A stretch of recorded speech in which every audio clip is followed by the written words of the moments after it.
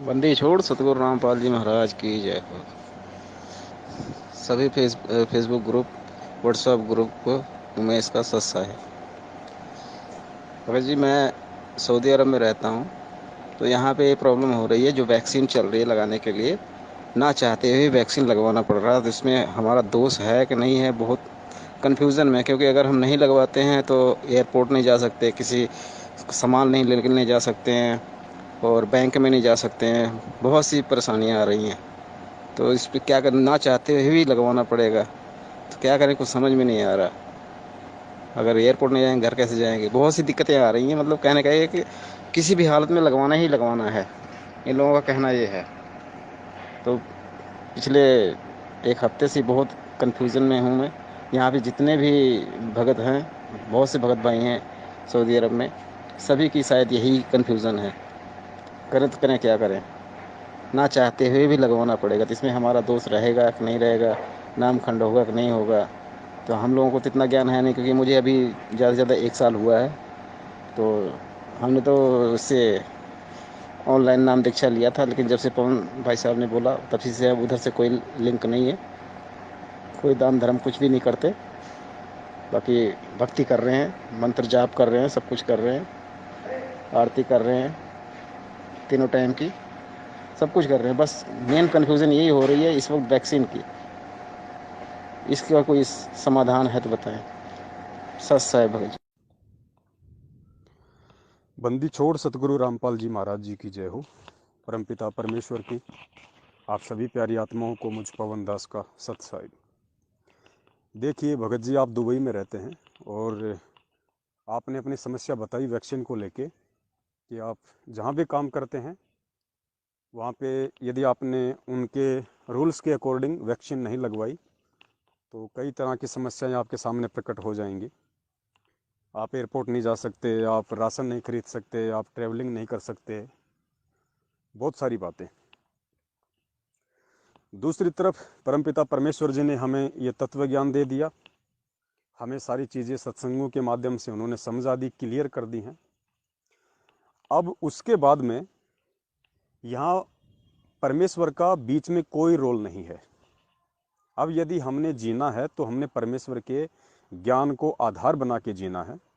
ज्ञान में ही परमेश्वर ने सारी समस्याओं का समाधान निकाल के रखा हुआ है।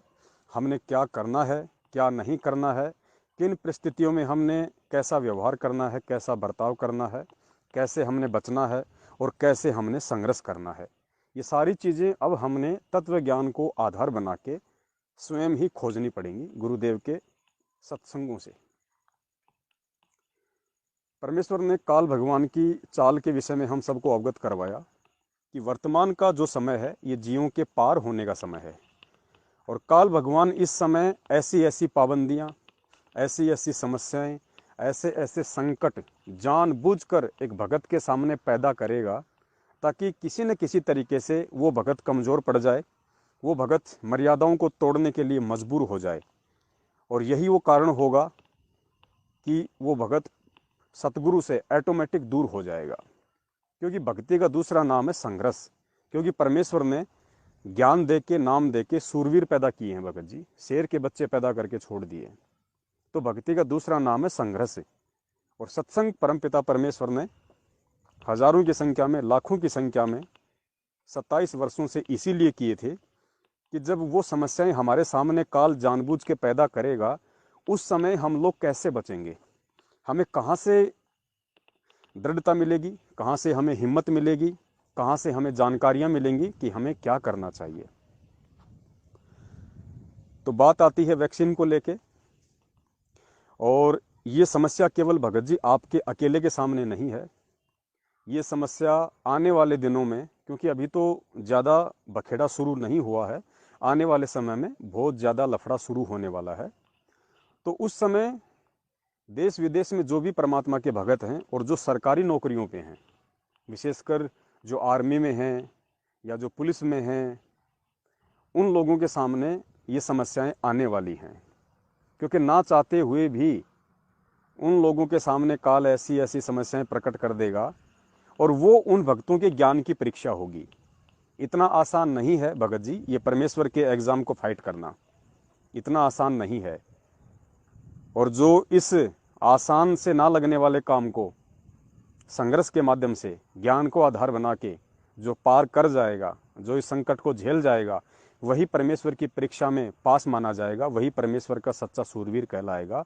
उसी को परमेश्वर पार करेंगे।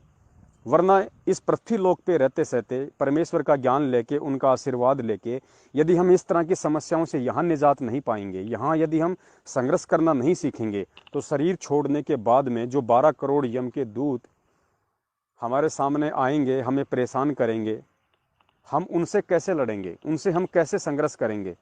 उस समय भी क्या हम ऐसे ही हार मान लेंगे? जो आज हम कह रहे हैं कि क्या करें, वैक्सीन लगवानी ही पड़ेगी, ना चाहते हुए भी लगवानी ही पड़ेगी, मजबूरी है, वरना खाना बंद हो जाएगा, वरना ट्रैवलिंग बंद हो जाएगी, वरना सारी सुविधाएं बंद हो जाएंगी।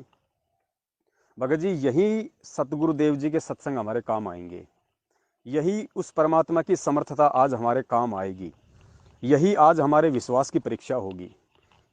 आज परमात्मा यही सब कुछ देख रहा है, आज यही परीक्षा है। परीक्षा हर समय एक जैसी नहीं होती है, देश काल परिस्थिति के अनुसार परीक्षा का प्रारूप भी भिन्न भिन्न होता है। तो वर्तमान में जो परमेश्वर ने इतना ज्ञान दिया है, आज उसी की परीक्षा ले रहा है मालिक।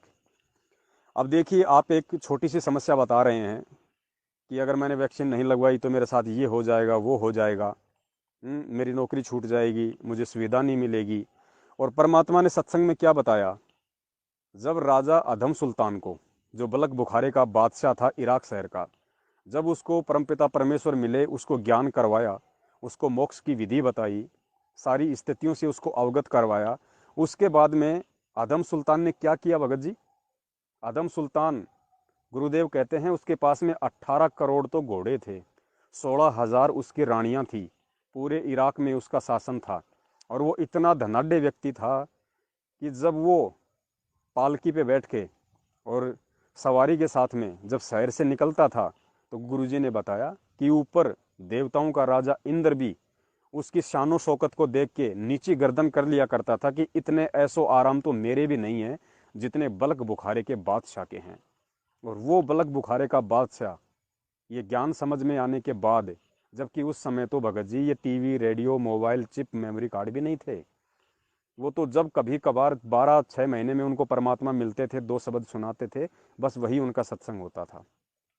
और आज तो रात दिन हमारे को परमेश्वर ने इस टेक्नोलॉजी के माध्यम से, साइंस के माध्यम से इतनी सुविधाओं से भरपूर कर रखा है, हम दिन रात परमेश्वर की महिमा का गुणगान कर सकते हैं हर तरीके से, मोबाइल से, रेडियो से, टीवी से, इंटरनेट से। भगत भाई बहन आपस में मिल जाते हैं, उस समय कहाँ थे इतने भगत भाई बहन? तो जब ज्ञान हुआ, और परमेश्वर ने एक उदाहरण हमें इसीलिए बताया, इसीलिए ये सत्संग किया कि बच्चों, जब ये ज्ञान हो जाएगा, उसके बाद में आज तुम क्या कमाते हो महीने का, तुम्हें कितना मिलता है? 20,000, 30,000, 40,000, हद मार के 50,000। कोई बहुत बड़ा अगर अफसर होगा तो उसको 1 लाख रुपया महीना मिल जाएगा, सरकार की तरफ से गाड़ी मिल रही होगी, रहने के लिए कोई फ्लैट मिल रहा होगा। इससे ज़्यादा तो नहीं मिल सकता, 1 लाख, इससे ज़्यादा नहीं है ना। और राजा अदम सुल्तान, वो 1 लाख की तो उसकी एक जूती थी, 1 लाख रुपए की तो उसकी एक जूती थी उस समय। तो सोचिए भगत जी, आज आप और हम अध्यात्म में कहाँ हैं? जब परीक्षा का समय आता है और इन छोटी छोटी बातों को लेके परमेश्वर पे विश्वास ना करके कि भैया मुझे खाना परमेश्वर देगा, मेरी यात्रा परमेश्वर है, मुझे सरकार थोड़े खाना दे रही है, आज भी तो मैं अपनी मेहनत से खा रहा हूँ। अगर देश विदेश में कहीं नौकरी कर रहा हूँ किसी कंपनी में, तो मुझे खाना कौन दे रहा है? वो कंपनी इसलिए दे रही है कि मैं वहाँ पे काम कर रहा हूँ, मेहनत कर रहा हूँ। बैठे बैठे कौन सी कंपनी दे रही है, किसको दे रही है? और उस कंपनी को कौन दे रहा है भगत जी? इस पूरे ब्रह्मांड को कौन खिला रहा है? तीनों लोकों में प्रवेश करके सबका भरण पोषण कौन कर रहा है? ये तो खाली निमित्त मात्र बने हुए हैं। परमेश्वर कहते हैं, कल पे कारण कौन है, कर सेवा निष्काम, मन इच्छा फल देऊंगा जब पड़ेगा मेरे से काम। भगत जी, जब वो परम पिता परमेश्वर से काम लेने का समय आता है, जब एक भगत को परमपिता परमेश्वर से समय आने पे जब उसकी जरूरत पड़ती है, उस समय हम पीछे हटने की सोचने लगते हैं। अरे जहाँ धनी का काम है तो धनी को भी मौका दो भाई, फिर परमात्मा किस दिन काम आएगा? ये भक्ति की शक्ति किस दिन काम आएगी? ये सत्संग, मंत्र और आरती जो हम कर रहे हैं, ये किस दिन के लिए कर रहे हैं? उस दिन के लिए जिस दिन हमारे सामने काल जानबूझ के वर्तमान के जैसी परिस्थितियां पैदा कर देगा। उसी समय तो भगवान और भक्ति की परख होगी। उसी समय तो एक भगवान अपने भगत की परीक्षा लेगा और उसी समय एक भगत अपने परमेश्वर के तरफ आंख फाड़ के देखेगा कि देखे अब मेरा परमात्मा क्या करता है, अब मेरा भगवान क्या करता है। जो सत्संगों में मेरा गुरुदेव बोला करता था, क्या वास्तव में वो सारी चीजें आज होंगी?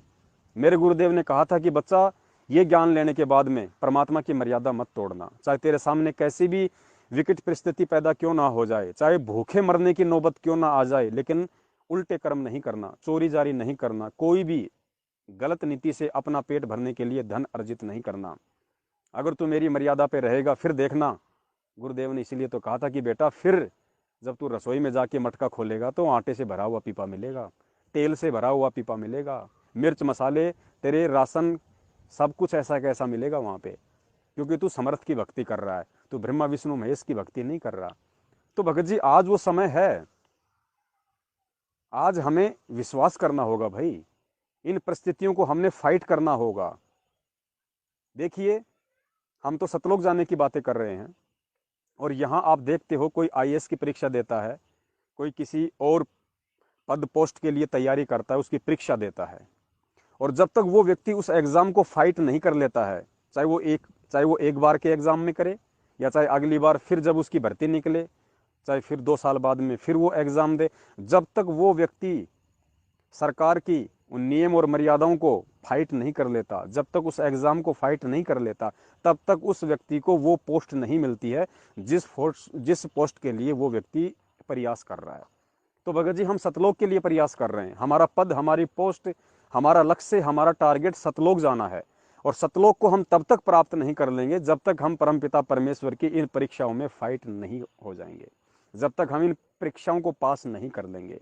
अब ये परीक्षा है, आंखों के सामने दिखाई दे रही है, भगत के सामने यदि ऐसी कोई परिस्थिति आती है तो वो भगत की परीक्षा ही होती है, भगत के विश्वास की परीक्षा होती है, भगत के धैर्य की परीक्षा होती है। तो ऐसे समय में आप जो ये वर्ड बोल रहे हैं कि भगत जी ना चाहते हुए भी हमें वैक्सीन लगवानी पड़ेगी, जबकि आपको पता है कि वैक्सीन कैसे बनती है और वैक्सीन लगवाने से हम परमपिता परमेश्वर के कितने दोषी हो जाएंगे। हाँ, ये एक बात अलग है कि ना चाहते हुए भी यदि जबरन आपको कोई 4 आदमी पकड़ के यदि वैक्सीन लगा रहे हैं तो उसमें आपका दोष नहीं है, लेकिन आपने संघर्ष करना पड़ेगा। इतनी जल्दी भगत ने हथियार नहीं डालने। आप जिस कंपनी में काम कर रहे हैं, आप वहाँ के मैनेजर से, वहाँ के मैनेजमेंट से, आप वहाँ के एचआर से आप बात कीजिए कि भाई ऐसी ऐसी बात है, और मैं ऐसे ऐसे एक परम संत से नाम उपदेशी हूँ, और भाई मुझे अपनी भक्ति पे विश्वास है, मुझे अपने भगवान पे विश्वास है, जिस प्रकार आपको अपने प्रोडक्ट पे विश्वास है, जिस प्रोडक्ट के बलबूते पे आज आप मार्केट में खड़े हो, आप लोगों से ऑर्डर ले रहे हो, ठीक इसी प्रकार मैं जिस इष्ट की भक्ति कर रहा हूँ, मुझे उसकी भक्ति पे विश्वास है। मेरे ये बीमारियां नज़दीक भी नहीं आ सकती हैं, और आ गई तो मेरा कुछ बिगाड़ नहीं पाएंगी। और भाई मैं वैक्सीन नहीं लगवाऊंगा, भले आपको अगर मुझे रखना है इस कंपनी में तो रखिए, अन्यथा आप मेरा एग्रीमेंट कैंसिल कर दीजिए, मेरा वीज़ा, मेरा पासपोर्ट मुझे दे दीजिए, जो भी मेरी सैलरी है मुझे दे दीजिए, नहीं दें तो कोई बात नहीं, मैं अपने स्वदेश लौट जाऊंगा। आप कम से कम बात तो कीजिए। आप बगैर उनसे बातचीत किए, बगैर कोई समस्या का समाधान निकाले, आप पहले ही हथियार डाल रहे हैं कि कंपनी के अंदर वैक्सीन लगने वाला है, ना चाहते हुए भी हमें लगवानी पड़ेगी, तो भाई आप तो पहले ही हार मान गए। कहाँ जीत पाओगे फिर आप काल भगवान को, कहाँ संघर्ष कर पा रहे हो आप? फिर खाली गुरु जी का नाम लेने से फायदा क्या, सत्संग सुनने से फायदा क्या? भाई सत्संग हमें संघर्ष करना सिखाते हैं, सत्संग हमें सूरवीरता की ओर लेके जाते हैं, सत्संग हमें बताते हैं कि विपरीत परिस्थितियों में एक भगत को अपने गुरुदेव पे विश्वास करके किस तरह का व्यवहार करना है। और जब वो समय आता है एग्जाम देने का, उस समय यदि बच्चा अगर एग्जाम हॉल छोड़ के बाहर भग जाए कि मेरी तो बस की बात नहीं है, मैं तो फेल हो ही जाऊंगा, तो भाई फिर कैसे बात बनेगी, कैसे हम पास होंगे, कैसे हम आगे की क्लास में जाएंगे? भगत जी ये समय है, भले ही हमारा कुछ भी छूट जाए, हमने संघर्ष करना है भगत जी। और आप तो भगत हो, आप इंटरनेट पे देखो, यूट्यूब पे देखो, जगत वाले संघर्ष कर रहे हैं, आप वीडियो देखते हो, ऐसे ऐसे अनपढ़ लोग हैं जो गांव में रहते हैं, पूरा गांव जब लोग वैक्सीनेशन के लिए आते हैं तो विरुद्ध खड़े हो जाते हैं कि नहीं लगवाएंगे टीका, हमारे गांव में कोई बीमारी नहीं, हमें कोई डर नहीं बीमारी से, हम नहीं लगवाएंगे टीका। गांव के गांव इसके विरुद्ध हैं, डॉक्टर के डॉक्टर इस चीज़ के विरुद्ध हैं, और आप भगत होके और खाली 10-20 हज़ार रुपये की नौकरी के लिए, अरे वो परमेश्वर को जिस दिन देना होगा भगत जी कहाँ से दे देगा, आपके समझ में नहीं आएगी। तैमुरलंग लोहार था, घर में खाने को दाने नहीं थे, जब परमेश्वर ने उसको दिया तो उस एरन के नीचे इतना धन दे दिया, हीरे मोती जवाहरात संभाले नहीं गए, राजा बन गया। सम्मन को परमेश्वर, सम्मन जिसके घर में खाने के दाने नहीं थे, परमेश्वर को खाना खिलाने के लिए जिसको चोरी करनी पड़ी थी, उस सम्मन को परमपिता परमेश्वर ने उसी झोपड़ी के नीचे गड़ा हुआ इतना धन दे दिया। उसी जन्म में वो उस दिल्ली नगर का सेठ कहलाया। लेकिन कब कहलाया? जब उसने संघर्ष किया, उसने परमेश्वर के लिए अपने बच्चे की गर्दन तक उसने काटी, तब उसको दिया परमेश्वर ने। तो भगत जी आज आप और हम कहाँ हैं अध्यात्म में? हम इतनी जल्दी कैसे हथियार डाल सकते हैं भाई? फिर हम काहे के सत्सेवक हैं? हम तो गुरु जी के भगत भी नहीं है सही मायने में, सत्सेवक तो बहुत ऊंची पोस्ट है। अभी जो आर्मी के अंदर जो भगत हैं, जो पुलिस में जो भगत हैं, अभी तक तो बहुत अच्छा चल रहा है उनके साथ। अभी तक तो बहुत अच्छे तरीके से वो 3 टाइम की आरती की वीडियो यूट्यूब पे डालते हैं कि देखो चाइना बॉर्डर पे हमारे भगत आरती कर रहे हैं। लेकिन जब चाइना के साथ में लड़ाई का समय आएगा काल भगवान की प्रेरणा से, उस समय क्या होगा भाई? उस समय क्या होगा? कैसे एक भगत 18-20 हजार रुपए की नौकरी के लिए एक जीव की हत्या कर देगा भाई? कैसे वो हथियार उठा लेगा लोगों को मारने के लिए? क्या इसीलिए परमेश्वर ने ज्ञान दिया था? यहाँ पे वो राजा बलक बुखारे का सत्संग काम आएगा भाई, जिसने भगवान के लिए अपना राज त्याग दिया। 16,000 रानियां जिसने त्याग दी, काला मुंह करके घर से निकल गया परमेश्वर की प्राप्ति के लिए। वो सत्संग फिर किस दिन काम आएंगे? परमपिता परमेश्वर ने अपनी जो जेई की नौकरी थी, मात्र 18 महीने बचे थे पेंशन आने में, परमपिता परमेश्वर ने नौकरी छोड़ के बताई कि मेरी भक्ति में बाधा उत्पन्न हो गई। मैं परमपिता परमेश्वर की भक्ति को समय नहीं दे पा रहा था, गुरुदेव के आदेश अनुसार भक्ति को समय नहीं दे पा रहा था, बहुत ज्यादा बिजी हो गया था। इसलिए गुरुदेव ने कहा कि मुझे नौकरी त्यागनी पड़ी, रिजाइन करना पड़ा। कौन त्याग देगा नौकरी? वो भी जबकि 18 महीने बाकी थे मात्र पेंशन आने में। तो गुरुजी ने नौकरी क्यों छोड़ी? आज आप और हमारे सामने एक उदाहरण पेश करने के लिए, आप और हम अज्ञानी भक्तों के सामने ये एग्जाम्पल देने के लिए कि भैया जिस दिन वो समय आ जाए, जिस दिन वो समय आ जाए कि तुम्हारे को नौकरी चाहिए या परमात्मा चाहिए, उस दिन तुमने एक चीज को चुनना पड़ेगा कि तुम्हें नौकरी चाहिए या तुम्हारे को परमात्मा चाहिए। देखिए आप लोग कह देंगे साहब ये तो आर्मी के रूल हैं, साहब ये तो मैं जो नौकरी करता हूँ ये पुलिस डिपार्टमेंट में, ये तो प्रशासन के नियम हैं। कोई कह देगा साहब मैं तो विदेश में नौकरी करता हूँ, ये तो वहाँ का एग्रीमेंट है साहब, वहाँ का नियम है, वहाँ का विधान है, उसको मैं कैसे तोड़ूं? अरे भैया, यहाँ का जो पुलिस प्रशासन का विधान है, यहाँ का जो आर्मी का संविधान है, या इस देश का जो संविधान है, आपने डिसाइड करना पड़ेगा उन परिस्थितियों में कि आपने इस काल भगवान का संविधान मानना है या परमपिता परमेश्वर कबीर साहिब जी ने आके आपको जो सतलोक का संविधान बता दिया, आपको वो संविधान मानना है। दोनों में से आपको एक संविधान को चुनना पड़ेगा कि मुझे किस संविधान की पालना करनी है, किस संविधान को मुझे महत्वता देनी है, मुझे प्रधानता देनी है। आपने एक संविधान को चुनना पड़ेगा, क्योंकि दो नावों में सवारी करने वाले के पैर बीच में से फटते हैं। तो भगत जी ये समय जो आएगा उन नौकरी पेशे वाले भाई बहनों के सामने, ये उनकी परीक्षा होगी उस समय। और यदि उन्होंने उस समय ये सोच के कि भैया मैं तो सरकारी नौकरी में हूँ, परमात्मा माफ़ कर देंगे, परमात्मा ने बोला हुआ है कि भाई सरकारी नौकरी वालों को छूट है, वो छूट केवल परमपिता परमेश्वर ने भक्ति की शुरुआत में उस समय उन आत्माओं को दी थी जो ज्ञान को समझ नहीं पाए थे, जो ज्ञान को इतना आधार नहीं बना पाए थे, जो इतने सत्संग नहीं सुन पाए थे। उनको परमात्मा किसी भी तरह से एक बार भक्ति पे लगाए रखना चाहते थे कि आगे धीरे धीरे धीरे धीरे मेरी शरण में रहेंगे, ज्ञान सुनेंगे, सत्संग सुनेंगे, तो इनको इतना ज्ञान हो जाएगा, फिर ये उस परमपिता परमेश्वर की भक्ति के लिए कुछ भी त्याग करने के लिए ये तैयार रहेंगे। आज वो नियम नहीं है भगत जी परमात्मा का। आज आपको चुनना पड़ेगा एक चीज कि मुझे परमात्मा के संविधान को फॉलो करना है या मुझे काल भगवान के संविधान को फॉलो करना है। आज एक चीज आपको चुननी पड़ेगी, यही परीक्षा है। वरना क्या फायदा, आप 20,000 रुपए के लिए आप किसी भगत की हत्या कर देंगे। चाइना बॉर्डर पे आपको AK-47 लेके खड़ा कर दिया जाएगा लड़ाई के समय, वहां आपको आदेश दिया जाएगा लोगों को मारने के लिए, गोले बारूद फेंकने के लिए। आप क्या करोगे? आप भगत होके आप कैसे हाथ उठा सकते हो भाई साहब? रिजाइन दे दो उसी समय। अगर भगत हो तो, अगर परमेश्वर के ज्ञान को समझ चुके हो तो। रोटी तुम्हें सरकार नहीं दे रही और ना सरकार तुम्हें देगी रोटी। आने वाले समय में सारी सरकारी नौकरियां परमात्मा ये खत्म करेंगे। सबसे पहले परमात्मा सरकारी नौकरियां ही खत्म करेंगे। ये सारा संविधान खत्म होगा, केवल परमपिता परमेश्वर का नया संविधान बनेगा। उसके अनुसार भक्तों को ये जिम्मेदारियां दी जाएंगी। जिसका जैसा काम और जिसकी जितनी जरूरत है उसी अनुसार परमपिता परमेश्वर उस भगत को तनख्वाह देंगे। अन्यथा ये नहीं कि साहब आपको मास्टर बन गए और आपको आज 70,000 रुपये मिल रहे हैं और वहां जाके आप चेयर तोड़ रहे हो, ऐसा नहीं होगा आने वाले समय में। आप कलेक्टर बन गए, आप एक जिले को संभाल रहे हो, तो आपको 1 लाख रुपये सैलरी मिल रही है, नहीं। भले ही आप देश के प्रधानमंत्री बन जाओ परमपिता परमेश्वर के आशीर्वाद से, अगर आपके परिवार को चलाने के लिए आपको यदि महीने के 5,000 रुपये की जरूरत है, तो आपको 5,000 रुपये ही मिलेंगे उस समय, 6,000 रुपये भी नहीं मिलेंगे आपको। वो समय आएगा परमात्मा का, सबसे पहले सरकारी नौकरियां खत्म होंगी। तो आज आप एक 10, 20, 50 हज़ार रुपये की सरकारी नौकरी के लिए परमेश्वर के विधान को कैसे तोड़ सकते हैं? अगर इंडिया आना है तो शौक से आ जाओ भाई।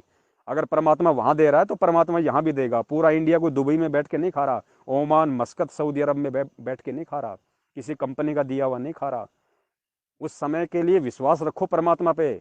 जब वो विकट समय आएगा तो परमपिता परमेश्वर अपने वचन अनुसार, अपनी वाणियों के अनुसार, अपने शब्दों के अनुसार, कि सात वचन पलटे नहीं चाहे पलट जाए ब्रह्मांड, आपकी रसोई का सामान नहीं सूखेगा। चाहे चाहे चाहे दुनिया के गोदाम खाली हो जाएं, आपके मटके का आटा, तेल, मिर्च, मसाला परमात्मा खत्म नहीं होने देगा। समर्थ धरती पे है, परमेश्वर पृथ्वी पे है। सिर्फ और सिर्फ यदि कमी है तो हमारे विश्वास की कमी है भगत जी। और जिस दिन हम परमेश्वर पे विश्वास कर लेंगे तब परमेश्वर हमारे साथ रहेगा। कहे कबीर सुनो भाई साधो मैं तो हूँ विश्वास में। हजारों बार परमात्मा हर शब्द के आगे ये शब्द क्यों लगाते हैं? कहे कबीर सुनो भाई साधो मैं तो हूँ विश्वास में। विश्वास है तो परमात्मा वो सारे काम करेगा जो उसके गुणों में है। अन्यथा भगत जी चाहे कुछ भी कर लो, हाँ ठीक है, जैसा आप करोगे, जैसी भक्ति आप कर रहे हो, और भक्ति के साथ साथ में जितना आपको विश्वास है, जितनी आप मर्यादा निभा रहे हो, उसी अनुसार परमात्मा आपको लाभ अवश्य देगा। कोई दिक्कत नहीं है। जरूरी नहीं कि आप इसी जन्म में पार होंगे, फिर आपको 2 जन्म भी लेने पड़ सकते हैं, 10 जन्म भी लेने पड़ सकते हैं। हो सकता है इस कलयुग में आपका नंबर भी ना आए, क्योंकि पार उसी समय होंगे जब आप परमेश्वर की मर्यादाओं को फाइट करने लायक हो जाएंगे, जब आप संघर्ष करते हुए सूरवीर की श्रेणी में आ जाएंगे। क्योंकि एक बच्चा चाहे कितना ही बड़ा क्यों ना हो, चाहे किसी भी अधिकारी का बच्चा क्यों ना हो, जब तक वो एक क्लास को सही तरीके से जितने जितने मार्क चाहिए उसको पास होने के लिए, जब तक उतने मार्क्स वो नहीं प्राप्त कर लेगा, वो बच्चा अगली क्लास में नहीं जा सकता। ये नियम है। तो जब एक काल भगवान के छोटे से स्कूल का ये नियम है, कॉलेज का ये नियम है, तो सोचो परमपिता परमेश्वर के सतलोक का क्या नियम होगा भगत जी। तो भगत को इतनी जल्दी हार नहीं माननी चाहिए। हम परमपिता परमेश्वर के बच्चे, हम सूरवीर के बच्चे हैं भगत जी। और परमेश्वर की वाणी है भगत जी कि सिंह सूरमा शेर गरजे और गाजे, बाकी दुनिया तो भेड़ है बिदके और भाजे। तो भगत जी समर्थ की शरण में आके हम अपने आप को भेड़ कहलवाने से बचाएं। हम समर्थ के बच्चे, हम सिंह के बच्चे हैं। सिंह का मतलब शेर नहीं होता, सिंह का मतलब होता सूरवीर। और शेर भी जहां संज्ञा दी गई है, शेर भी उसी व्यक्ति के लिए प्रयोग किया जाता है जिसमें बहादुरी हो, जिसमें वीरता हो, जिसमें दमखम हो, जो निडर हो, जो साहसी हो, जो संघर्ष करने की ताकत रखता हो, उसी व्यक्ति को शेर की संज्ञा दी जाती है। तो भगत जी हम सिंह के बच्चे हैं भाई, हम परमपिता परमेश्वर के बच्चे हैं। संघर्ष करना परमेश्वर ने हमें सिखाया है, क्योंकि परमेश्वर ने खुद संघर्ष करके ये एग्जाम्पल कोड किया है। जिस मिशन को लेके परमात्मा 1994 से खड़े हुए थे और आज 2021 तक परमेश्वर अपने उस मिशन पे अडिग हैं, अटल हैं। न टूटने से कोई उनको तोड़, ना किसी के तोड़ने से वो टूट रहे, ना किसी के झुकाने से आज वो झुक रहे, अटल हैं, समर्थ हैं, परमेश्वर हैं। लेकिन एक भगत के रोल में, एक आम संत के रोल में, कि देखो भाई तुम्हें इस तरीके से अपनी रहनी करनी को करना पड़ेगा, तब परमात्मा तुमसे प्रसन्न होगा। और तुम पहले ही हथियार डाल दोगे कि मेरे तो बस की बात है नहीं, मुझे तो ये काम करना ही पड़ेगा। तो भगत जी ठीक है, जैसी भक्ति आप कर रहे हो उतना परमात्मा जरूर देगा, कि धर्म तो 10 के नहीं 10 के तीनों लोक, लेकिन मोक्ष नहीं होगा भाई। सतलोक के लिए तो भगत जी सर पे कफन बांधना पड़ेगा, चाहे सरकार सामने हो, चाहे काल भगवान सामने हो, चाहे सामने मौत हो, चाहे सामने आपका सम्मान हो। सतलोक अगर जाना है तो भगत जी सूरवीर बनना पड़ेगा, संघर्ष करना पड़ेगा। हम बाकी दुनिया के जैसे नहीं हैं कि जैसी परिस्थितियां उस अनुसार अपने आप को ढाल लो, नहीं। हम उस चट्टान के बच्चे हैं भगत जी, और चट्टान कभी झुकती नहीं है भगत जी, उसको तोड़ा ही जा सकता है, झुकती नहीं वो। तो बाकी आप देख लीजिए, जैसी आपको परमात्मा प्रेरणा करें। बाकी सत्सेवकों की तरफ से आपको केवल वही सुझाव मिलेगा जो परमपिता परमेश्वर इस समय साध संगत को देना चाहते हैं और जो परमपिता परमेश्वर इस समय खुद करके दिखा रहे हैं। बाकी आपकी मर्जी भगत जी। सत साहिब। जय हो बंदी छोड़ की।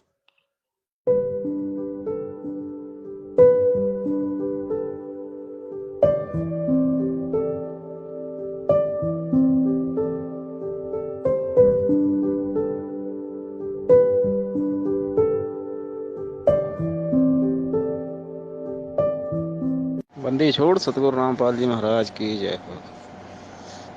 सभी फेसबुक ग्रुप, व्हाट्सएप ग्रुप को उमेश का सत्सा है।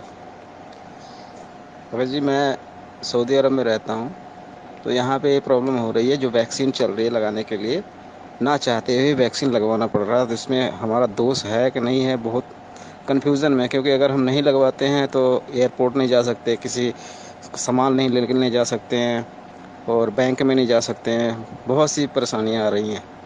तो इस पर क्या करना, ना चाहते हुए भी लगवाना पड़ेगा, तो क्या करें, कुछ समझ में नहीं आ रहा। अगर एयरपोर्ट नहीं जाएंगे, घर कैसे जाएंगे? बहुत सी दिक्कतें आ रही हैं। मतलब कहने का ये कि किसी भी हालत में लगवाना ही लगवाना है, इन लोगों का कहना ये है।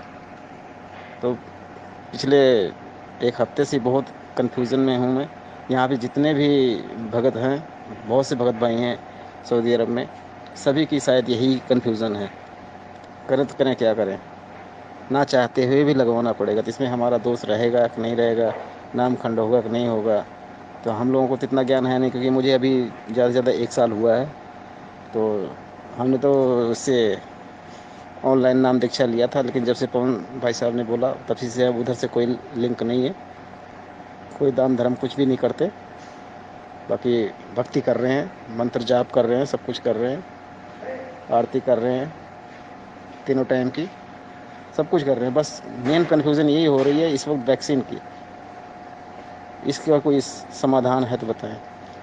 सच साहेब भगत जी। बंदी छोड़ सतगुरु रामपाल जी महाराज जी की जय हो। परमपिता परमेश्वर की आप सभी प्यारी आत्माओं को मुझ पवन दास का सत साहिब। देखिए भगत जी, आप दुबई में रहते हैं और आपने अपनी समस्या बताई वैक्सीन को लेके कि आप जहाँ भी काम करते हैं वहाँ पे यदि आपने उनके रूल्स के अकॉर्डिंग वैक्सीन नहीं लगवाई तो कई तरह की समस्याएं आपके सामने प्रकट हो जाएंगी। आप एयरपोर्ट नहीं जा सकते, आप राशन नहीं खरीद सकते, आप ट्रैवलिंग नहीं कर सकते, बहुत सारी बातें। दूसरी तरफ परमपिता परमेश्वर जी ने हमें ये तत्व ज्ञान दे दिया, हमें सारी चीज़ें सत्संगों के माध्यम से उन्होंने समझा दी, क्लियर कर दी हैं। अब उसके बाद में यहाँ परमेश्वर का बीच में कोई रोल नहीं है। अब यदि हमने जीना है तो हमने परमेश्वर के ज्ञान को आधार बना के जीना है। ज्ञान में ही परमेश्वर ने सारी समस्याओं का समाधान निकाल के रखा हुआ है। हमने क्या करना है, क्या नहीं करना है, किन परिस्थितियों में हमने कैसा व्यवहार करना है, कैसा बर्ताव करना है, कैसे हमने बचना है और कैसे हमने संघर्ष करना है, ये सारी चीज़ें अब हमने तत्व ज्ञान को आधार बना के स्वयं ही खोजनी पड़ेंगी गुरुदेव के सत्संगों से। परमेश्वर ने काल भगवान की चाल के विषय में हम सबको अवगत करवाया कि वर्तमान का जो समय है ये जीवों के पार होने का समय है और काल भगवान इस समय ऐसी ऐसी पाबंदियां, ऐसी ऐसी समस्याएं, ऐसे ऐसे संकट जानबूझकर एक भगत के सामने पैदा करेगा ताकि किसी न किसी तरीके से वो भगत कमज़ोर पड़ जाए, वो भगत मर्यादाओं को तोड़ने के लिए मजबूर हो जाए। और यही वो कारण होगा कि वो भगत सतगुरु से ऑटोमेटिक दूर हो जाएगा। क्योंकि भक्ति का दूसरा नाम है संघर्ष।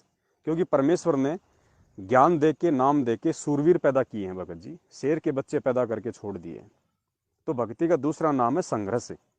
और सत्संग परमपिता परमेश्वर ने हजारों की संख्या में, लाखों की संख्या में 27 वर्षों से इसीलिए किए थे कि जब वो समस्याएं हमारे सामने काल जानबूझ के पैदा करेगा, उस समय हम लोग कैसे बचेंगे, हमें कहाँ से दृढ़ता मिलेगी, कहाँ से हमें हिम्मत मिलेगी, कहाँ से हमें जानकारियाँ मिलेंगी कि हमें क्या करना चाहिए। तो बात आती है वैक्सीन को लेके। और ये समस्या केवल भगत जी आपके अकेले के सामने नहीं है, ये समस्या आने वाले दिनों में, क्योंकि अभी तो ज़्यादा बखेड़ा शुरू नहीं हुआ है, आने वाले समय में बहुत ज़्यादा लफड़ा शुरू होने वाला है। तो उस समय देश विदेश में जो भी परमात्मा के भगत हैं और जो सरकारी नौकरियों पे हैं, विशेषकर जो आर्मी में हैं या जो पुलिस में हैं, उन लोगों के सामने ये समस्याएं आने वाली हैं, क्योंकि ना चाहते हुए भी उन लोगों के सामने काल ऐसी ऐसी समस्याएं प्रकट कर देगा और वो उन भक्तों के ज्ञान की परीक्षा होगी।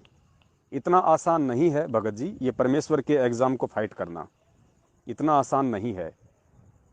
और जो इस आसान से ना लगने वाले काम को संघर्ष के माध्यम से ज्ञान को आधार बना के जो पार कर जाएगा, जो इस संकट को झेल जाएगा, वही परमेश्वर की परीक्षा में पास माना जाएगा, वही परमेश्वर का सच्चा सूरवीर कहलाएगा, उसी को परमेश्वर पार करेंगे। वरना इस पृथ्वी लोक पे रहते सहते परमेश्वर का ज्ञान लेके, उनका आशीर्वाद लेके, यदि हम इस तरह की समस्याओं से यहाँ निजात नहीं पाएंगे, यहाँ यदि हम संघर्ष करना नहीं सीखेंगे, तो शरीर छोड़ने के बाद में जो 12 करोड़ यम के दूत हमारे सामने आएंगे, हमें परेशान करेंगे, हम उनसे कैसे लड़ेंगे, उनसे हम कैसे संघर्ष करेंगे? उस समय भी क्या हम ऐसे ही हार मान लेंगे? जो आज हम कह रहे हैं कि क्या करें, वैक्सीन लगवानी ही पड़ेगी, ना चाहते हुए भी लगवानी ही पड़ेगी, मजबूरी है, वरना खाना बंद हो जाएगा, वरना ट्रैवलिंग बंद हो जाएगी, वरना सारी सुविधाएं बंद हो जाएंगी। भगत जी, यही सतगुरुदेव जी के सत्संग हमारे काम आएंगे, यही उस परमात्मा की समर्थता आज हमारे काम आएगी, यही आज हमारे विश्वास की परीक्षा होगी। आज परमात्मा यही सब कुछ देख रहा है, आज यही परीक्षा है। परीक्षा हर समय एक जैसी नहीं होती है, देश काल परिस्थिति के अनुसार परीक्षा का प्रारूप भी भिन्न भिन्न होता है। तो वर्तमान में जो परमेश्वर ने इतना ज्ञान दिया है, आज उसी की परीक्षा ले रहा है मालिक। अब देखिए, आप एक छोटी सी समस्या बता रहे हैं कि अगर मैंने वैक्सीन नहीं लगवाई तो मेरे साथ ये हो जाएगा, वो हो जाएगा, मेरी नौकरी छूट जाएगी, मुझे सुविधा नहीं मिलेगी। और परमात्मा ने सत्संग में क्या बताया? जब राजा अधम सुल्तान को, जो बलक बुखारे का बादशाह था इराक शहर का, जब उसको परमपिता परमेश्वर मिले, उसको ज्ञान करवाया, उसको मोक्ष की विधि बताई, सारी स्थितियों से उसको अवगत करवाया, उसके बाद में अधम सुल्तान ने क्या किया भगत जी? अधम सुल्तान, गुरुदेव कहते हैं, उसके पास में 18 करोड़ तो घोड़े थे, 16,000 उसकी रानियां थी, पूरे इराक में उसका शासन था। और वो इतना धनाढ़ व्यक्ति था कि जब वो पालकी पे बैठ के और सवारी के साथ में जब शहर से निकलता था, तो गुरुजी ने बताया कि ऊपर देवताओं का राजा इंद्र भी उसकी शानो शौकत को देख के नीची गर्दन कर लिया करता था कि इतने ऐसो आराम तो मेरे भी नहीं है जितने बलक बुखारे के बादशाह के हैं। और वो बलक बुखारे का बादशाह, ये ज्ञान समझ में आने के बाद, जबकि उस समय तो भगत जी ये TV, radio, mobile, chip, memory card भी नहीं थे। वो तो जब कभी कभार 12-6 महीने में उनको परमात्मा मिलते थे, 2 शब्द सुनाते थे, बस वही उनका सत्संग होता था। और आज तो रात दिन हमारे को परमेश्वर ने इस टेक्नोलॉजी के माध्यम से, साइंस के माध्यम से इतनी